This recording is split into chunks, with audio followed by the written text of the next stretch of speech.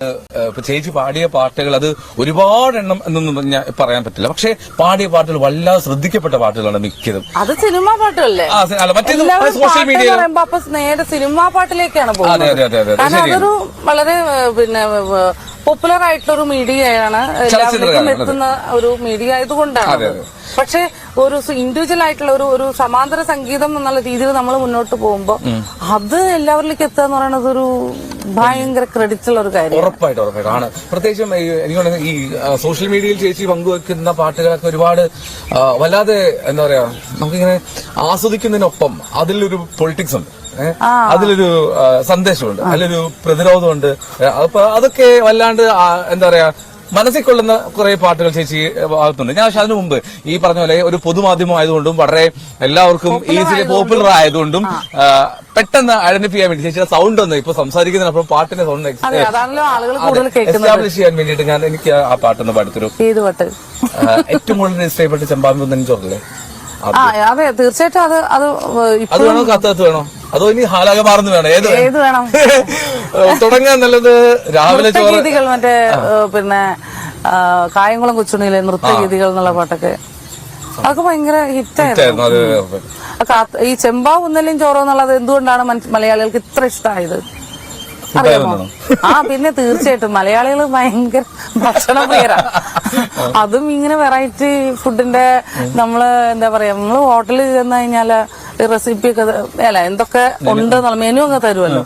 അപ്പൊ മെനുവില് പറയുന്ന കാര്യങ്ങള് അതുപോലെയാണ് ഈ പാട്ടിൽ.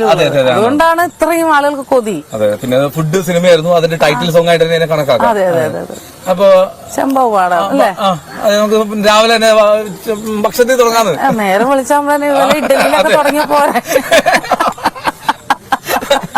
ചേച്ചിയെ കരുതിയതല്ല കേട്ടോ. ഞാൻ ആദ്യം വിചാരിച്ചു ഇച്ചിരി സംസാരിച്ചു കഴിയുമ്പോ ഹാർഡായിരിക്കുന്നു. ഇപ്പൊ ഭയങ്കര ലൈറ്റാ.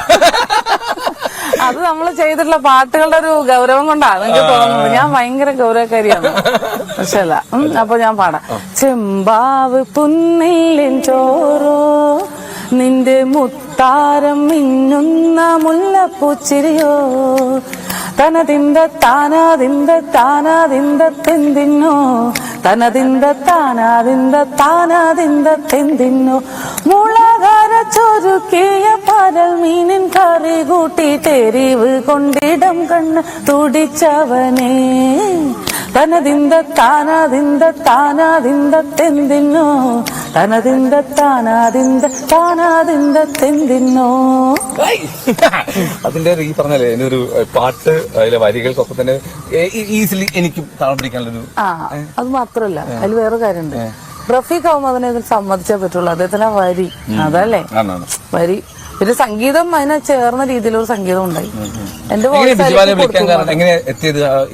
എന്താ വിളിക്കാൻ കാരണം എനിക്കറിയില്ല. ഇതുപോലത്തെ ശബ്ദം വേണമെന്ന് ആഗ്രഹിച്ചിട്ടുണ്ടാവില്ലേ? അതെ, അതായിരിക്കണല്ലോ.